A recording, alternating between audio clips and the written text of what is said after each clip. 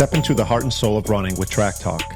I'm Byron LaBare, a lifelong runner alongside my co-host, track and field Olympian, Emily Mackay. Join us as we explore the highs and the lows, the grit and the glory, a united journey between two friends who share a passion for running. Whether you've been logging miles for years or just lacing up your sneakers for the very first time, there's a story here for you. All right, here we are with Track Talk. Great to see you, Emily. How are you? Good to see you too. I'm doing well. I'm excited to be home for the holiday season. In upstate New York? Yes, upstate New York at my mom's house. Oh, that's nice. How's the weather? It's cold. It's not bad. I kind of wish it will snow though, now that I'm here. I feel like it would If just be there's a time nice. for cold and snow, I've always said it's like the holidays, like even Thanksgiving, Christmas, New Year's. Exactly. Yeah. Like if there's a time I want it to snow, this is it. Now that we're all here, I feel like it would be nice to have snow for Christmas. You're in Florida, right? Yes, and actually I went for a bike ride this week and it was 87. And I was like, it's December. And it was a little unseasonably warm. I was in the middle of the ride. I'm like, it's hot. That sounds kind of brutal. It's nice and it's dropping down this weekend. It's going to be in the upper 40s, 50s, which I like that weather this time of year. So speaking of bike, I have news for you. So last time we talked, we were talking about, staying healthy, being consistent and how that leads to good things. And unfortunately, after our last call, I went to the doctor. I had some knee pain and he found calcification on my patellar tendon, which he's been in practice for 38 years and he's never seen it on the entire patellar Oh tendon. no. So it's where calcium builds up. And I had an MRI and I have a follow-up visit this afternoon. So I backed off the running a little bit, but I picked up the cycling again. I asked him how it started. He said, most likely, because he's never seen it this much on a patellar tendon, it's from lifelong activities and what you're doing. I think Wow. back to high school, doing the long jump, triple jump on blacktop, running on the cinder tracks and everything. So it made me think about runners in general in the world today. I think the opportunity of cross training and even recoveries a little bit better than it was 25, 30 years ago.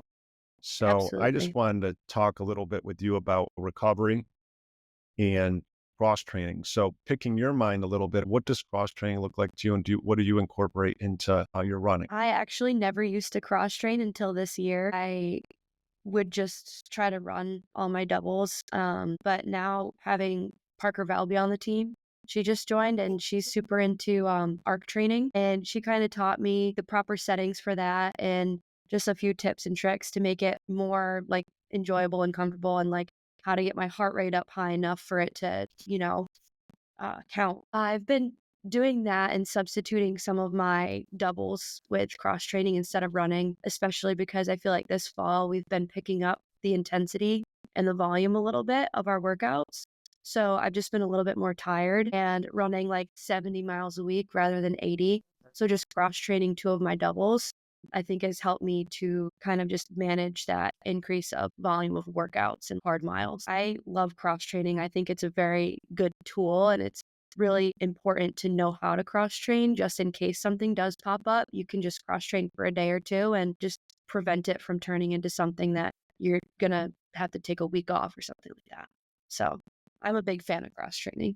And you bring up a good point because when I saw Parker coming to New Balance, I recognized her and watched her run through college. And what she did on the arc trainer was amazing. What she did on the track with the amount of running she was doing, it's just so commendable. So it's neat to hear that, that's incorporating somewhat into your cross training and hopefully that Yeah, helps you out too. definitely. Absolutely. I feel like she's shown that cross training does get you fit. It keeps you fit and obviously that you can run really well off of cross training a lot. So that's also inspired me because before I just had it in my head. I was like, oh, like running's better. Cross training's not the same. I felt like I would lose fitness if I was cross training instead of running. And now I actually might believe that cross training is making me more fit only because I can get my heart rate up just as high, if not higher, on the arc trainer than I can running. And maybe it's just because it's newer to me. And so it's a little bit harder and I might get better at it the more I do it. But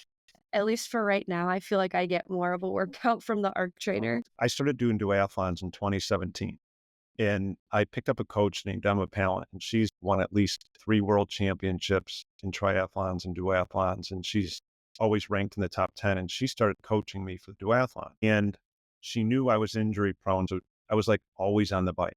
I was running like twice a week. And I'm like, well, how am I going to do the run part in the duathlon if I'm riding my bike 150 miles a week and I'm only running 10 Mhm. miles a week? In the first duathlon I did, my 5K at the end was sub 18. And that was after running and riding a bike. And I'm like, how did that happen? And That's it made incredible. me look into the cycling. And now I've been riding my bike a couple of weeks since my knee. And you bring up the great point. I can get my heart rate up because I usually can get like my heart rate maximum is around 200, but I can get it up to like 180 on the bike and stay there for a long time.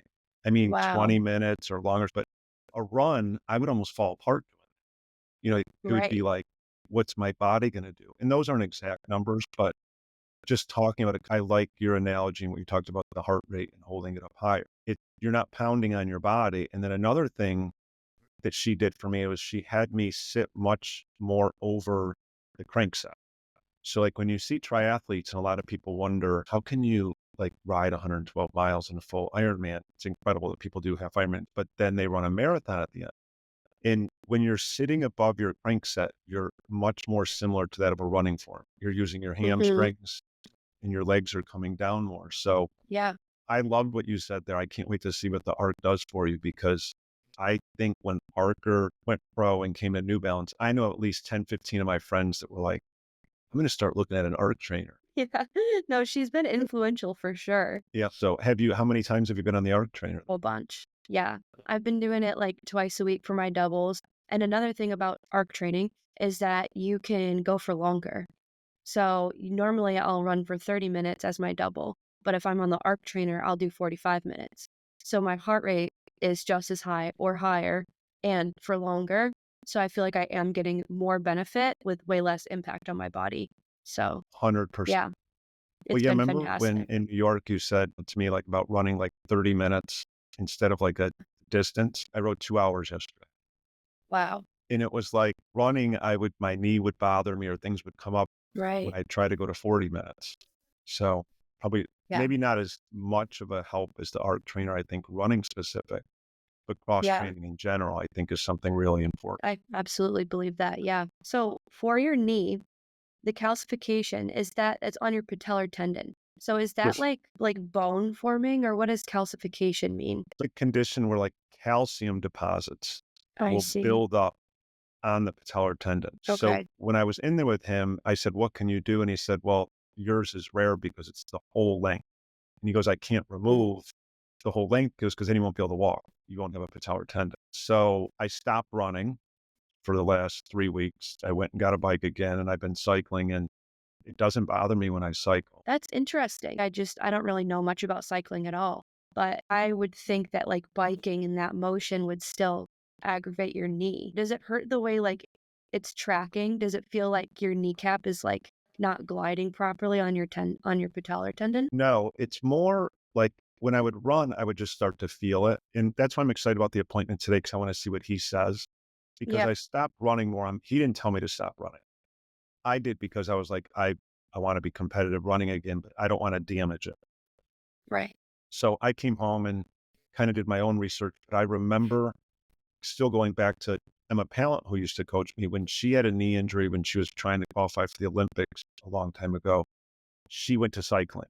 So to answer your question, if you're fitted on the bike right and properly, it shouldn't bother your knee. But if you're sitting like too low or too far back, but if Right. you're sitting properly on the bike and you're fit properly, then your knees Hmm. shouldn't bother you because I think back to when I had both my meniscus surgeries. And the first thing in therapy, they want to get you to where you can ride on the indoor bike. They want you to be able to have that movement. So if it's fit properly, typically it's a good thing. Yeah. Um, and I'm hoping he says I can run again. I just don't want to make it Hmm. worse. So we'll No, see I what the think you made MRI the right says. call. Yeah.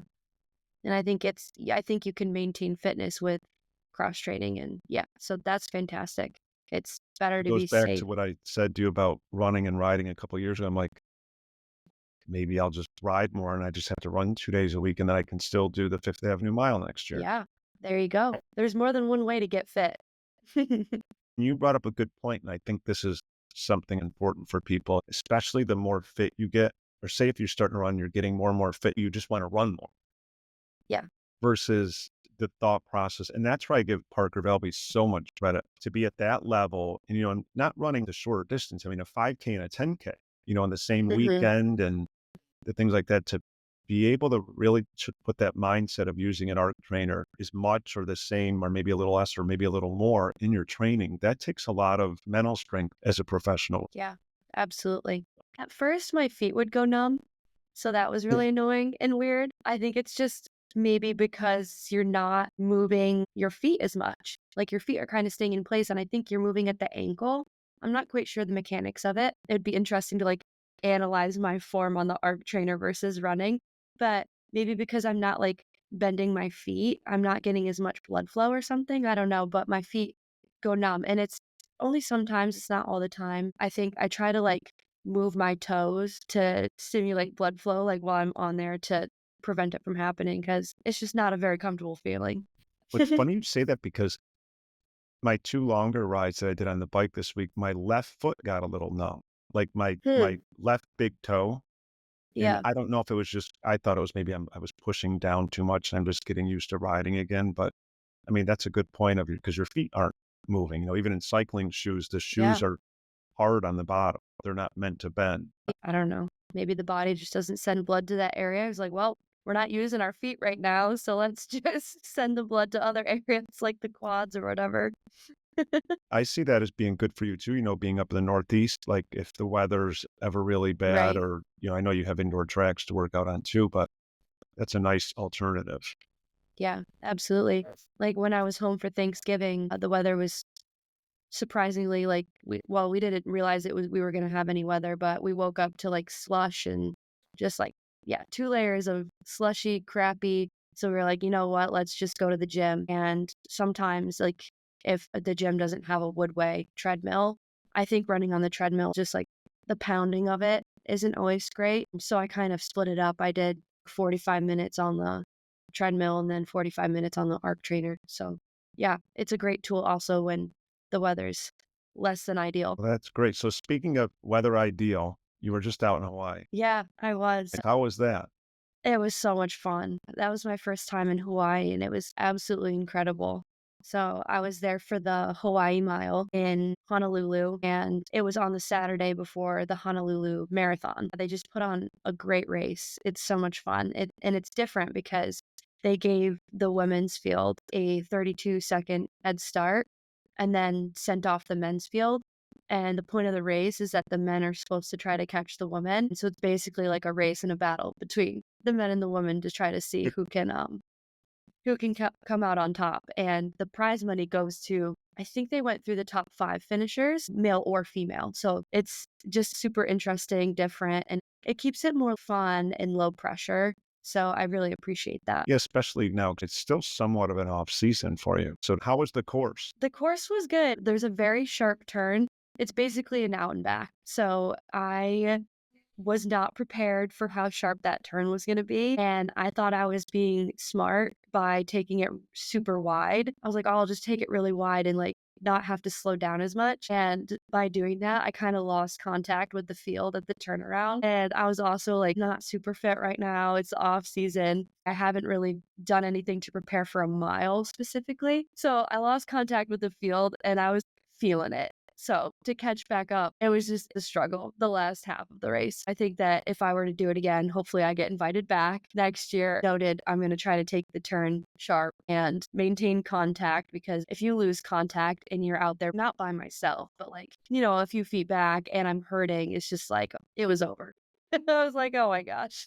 Well, yeah, and even more so in a mile, because when I saw Yeah. that it was an out and back, in my mind, I was thinking like, did they make it like a direct out, like where you go out and you turn right around? Or sometimes courses will do a little bit of a round, a circular, like half oval turnaround. Yeah. They set up cones to try to make it more of like a teardrop than like a super sharp turnaround. But either way, it's like it's a pretty sharp corner. And the thing that I always say with running though is it's the same for everyone. So if it's sharp or if it's a big circle, everyone has to do the same thing, but you learn. So hopefully you're back next year. And did you like the rest of the course though? Yeah, it was amazing. It was flat, super nice, and it was just beautiful. I mean, what there's no better place to run a mile. I feel like we were like right next to the beach. It was gorgeous. Not that I was really taking in the scenery while I was racing, but Did you have any time after to kind of take in the scenery? definitely. I had, I think, one full day after the race to just enjoy, and we had a great time. My boyfriend Grayson and I, we drove across the island to the North Shore where there's more remote beaches, a little bit less touristy, and we just spent the day out there snorkeling, and it's just absolutely gorgeous. Oh, that's great. I love the Northeast in the Mm, fall, but to get to Hawaii at that time of the year and right. enjoy the Like right weather when and it running. starts to get really cold out, it was like a nice little special treat, but it did make it hard going back to Boston. We got back and it was like 30 degrees and snowing. Like, well, Did the heat get you at all when you were out there? it actually did. So not for the race itself, but I had a workout the day after I got there, and I wasn't expecting the heat to affect me at all because I generally like handle the heat very well. I was like, oh, it's only 80 degrees. Like, that's not bad. It was rough. And I think it's just because I wasn't acclimated or coming off of the spring or summer, 80 degrees wouldn't phase me. But because it's been like 30 degrees in Boston, that's what my body has finally gotten used to the cold because it takes time to get used to the cold weather too. Um, so it's like whiplash going back and forth between the hot and the cold. And yeah, but then after that workout, I was fine for the rest of the week. I'm glad you had a great trip. And then something else I know that you've done recently, and I want to hear about this because this is really neat. And it's V02 Max. Jack Daniels, he had 3 edition books that were called the Yeah. Daniels Running Formula. And if people out there maybe don't recall Jack Daniels, but he was a phenomenal coach. Coached at Cortland State and just an amazing guy, an amazing coach. And he has 3 books based off of VO2 Max. So I know you just recently did your VO2 Max testing, and what'd you learn from that? So this past Tuesday, they had me over in the New Balance research lab for VO2 Max and lactate testing. And they haven't sent me over my official data from it yet, but they let me know what they thought my VO2 Max was from it. And I was surprised by how low it was. So they said it was 62, which sounded low. So I Googled it, and apparently, average VO2 max for an elite female distance runner is around 77. So I was like, oh my goodness, like that's like kind of bad. Like that's on the lower end. But I remember I also took a VO2 max a couple of years ago. I think it was also exactly 62. So that's interesting. I don't think it's changed very much. And then I heard from someone that VO2 max is kind of something you're born with and that you can like obviously improve it to, but only to an extent. It's a little bit genetic. So that's super interesting.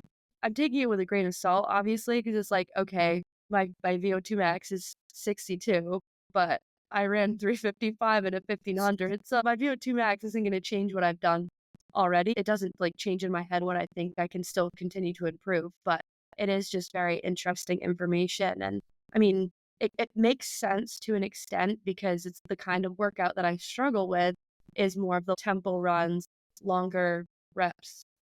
That's just like not my strongest, my strong suit. So it's something that I try to work on more with teammates. I'm so glad I have people at practice like push me in tempos because I think that training, your weaknesses is what makes you better. A 62 for yours, you would be thinking 355 mile, 1500. They don't really go together, but like you said, there's other factors that are involved. Absolutely. Yeah. Have you ever had a VO2 max test? And see, now mine's interesting because I was like 71 or something. Wow. But I wasn't as fast as you are. What kind of training were you doing when you had that test? Were you doing a lot of cycling or more running? It was running. It was probably during a time that I was really fit to because I was running like 15 Ks in like 52 minutes. So like Wow. 5:30 a mile for 15 Ks Mhm. on hilly courses. And I was also running miles at 4:20. Okay. So I was kind of running mostly 5Ks, probably 5Ks were maybe 15:30s, and my Yeah. 15K was at 52:30 or so. So good paces. My bread and butter workout were thousands. I would actually drive, even in the winter, I would drive up to Cornell and I would Mhm. do 8 or 10 times 1,000 meters. On the indoor And track? yeah, I would drive up there on Wow. Wednesdays. Yeah. That's a lot of volume for an indoor track. I love indoor track. I could run a marathon on indoor track. I love like that repetitive. My brain gets in a Wow. mood and I just get going. You should do that. I think that there's a record of the fastest marathon run on an indoor track. Should go after Yeah. that. Well, Otsiningo Park, not to get on a side note like we always do, but Otsiningo Park, they have like a 2-mile loop in there. Back in 1997, I ran a 50K in there. It was 15 2-mile loops. But going back to your point, I was training up to 15K. So I was doing a bit longer Yeah, stuff and shorter stuff. absolutely. Yeah. The reason I was asking about cycling is because I heard that cyclists have some of the highest VO2 max. Now, so that's interesting, not to brag or anything. They look at watts on a bike and they look at your FTP, and it's like a 20-minute test that you ride as hard as you can for 20 minutes. Wow. And I did a 384. They take your watts per kilogram. So your weight in kilograms to watts. Mhm. And most professional cyclists fall between 5 and 6, a little more higher, like 5.7. And I was at 5.38. And that Wow. was at 7 years old. So some of my friends would joke around, they're like, God, you should have cycled when you were 25 or 30. So, maybe, I mean, I do think I'm a better cyclist than a runner, and that's why I'm going with it now more. And I still want to run when the knee gets better. But that's a good point you bring up, different things. Because cycling, when you're out there for 2 hours, like I was yesterday, and, you're going 21 miles an hour for the whole ride, like your oxygen has to be very good, your VO2 max, to be able to Mhm. keep going for that long at that pace. Yeah, So, absolutely. gosh, now I want to do research on like some of these marathoners. What are their VO2 max and everything? I know, I know. I'm so curious because I was thinking, I looked at that number, I was like, well, I'll probably never be a marathoner then. Like, this is why I'm a middle distance runner. Even the 5K is a little bit of a Your stretch. 5K PR is what, like a 15:30? 15, 14. Yeah. Well, Yeah. I mean, have you ever run a 10K? No, maybe someday. I don't know if I would ever be competitive or want to be competitive in the 10K. It's so long. I've heard from a couple people who run both 5Ks and 10Ks say that the 10K is easier than the 5K. I personally think the 15K is easier than both of them because it's like, if you run a 5K, you're real competitive. I mean, it's not a mile you're running, it's hard the whole way. You're out of breath halfway through. At Yeah, 10K, you can go easier. So it's like, oh, you can go a little easier and it's twice as far. I don't know what mm, it is. I personally am not a huge fan of the 10K. Maybe it's because we didn't have a lot of them in upstate New York when I grew up there. There was maybe one or two of them a year, so you didn't get to race them that often. But I true. love the 15K. But then I don't like the half marathon. So I don't know. Yeah, I'm curious to know like other people's VO2 max. Did your whole team do it? A few people did. I know one other person, he said that his was lower than he was expecting also, but similar to the last time he had it tested. And this is also interesting. The VO2 max that we got from the test in the lab was like 5 points. I don't know the units, lower than what our Garmin watch tells us. So both of us wear Garmin's and it'll estimate your VO2 max for you. And both of our Garmin's say that our VO2 max is 5 points higher than what the lab told Mhm. us. It's interesting that it's this like the same amount different for both of us. So speaking of all this, do you do much with heart rate? No, I don't wear a heart rate monitor, and I heard that the wrist heart rate is not super accurate. So I just mostly train off of feel, though I think I would be interested in the future. I would be interested in tracking my heart rate more and just making sure I'm not going too hard in tempos and stuff. That's something I'm going to invest in for cycling because right now I'm just so Yeah. excited to get out there that I know I'm going a little too hard every time I ride because it's just fun. I got a new bike and it's fun to be out there. A good friend Michael, he goes by heart rate, and I used to use one because you could have some days where it's supposed to be an easy run, and I guess I don't call it easy run. I call it like a relaxed run. I try to say instead because no run's ever really easy. I mean, some days when you So feel true. good, it's still, I you're like still that. run. So I call it relaxed run instead. But looking at your heart rate's important because you can feel so good one day, you feel great, you go too fast. Or one day you don't feel so great and you feel like you should be going faster and then your heart's too high. I still think that's an old fashioned way in some ways with all our technology now, but I feel like heart rate's a good way to train. I think so too. I feel like our coach Mark is like a little bit more old school in that we just train off of feel most of the time. But I think he likes to just like keep it simple. In my opinion, that's a great coach because he trusts you guys and ladies. Yeah, You know what I mean? When you say run on how you feel, you trust your athletes because some people just always want to run too hard. And then you get to a workout and then you wonder why in the track meet or the race, they're not performing like they should. Well, they've left it in all their workouts. so true. Yeah, I think it's really good to like be able to be in tune with your body and to know, how to train based off of feel. I'm not someone who wants to get caught up in the data. Like, I don't want to overthink what I'm doing. I want to keep it simple. I don't want too many numbers. I don't want to overthink what I'm doing. And it's funny you say this, but when I lived on the Upper North Side growing up, I would do like a 5 mile loop. And I literally did them like 5 days a week and I would just reverse it.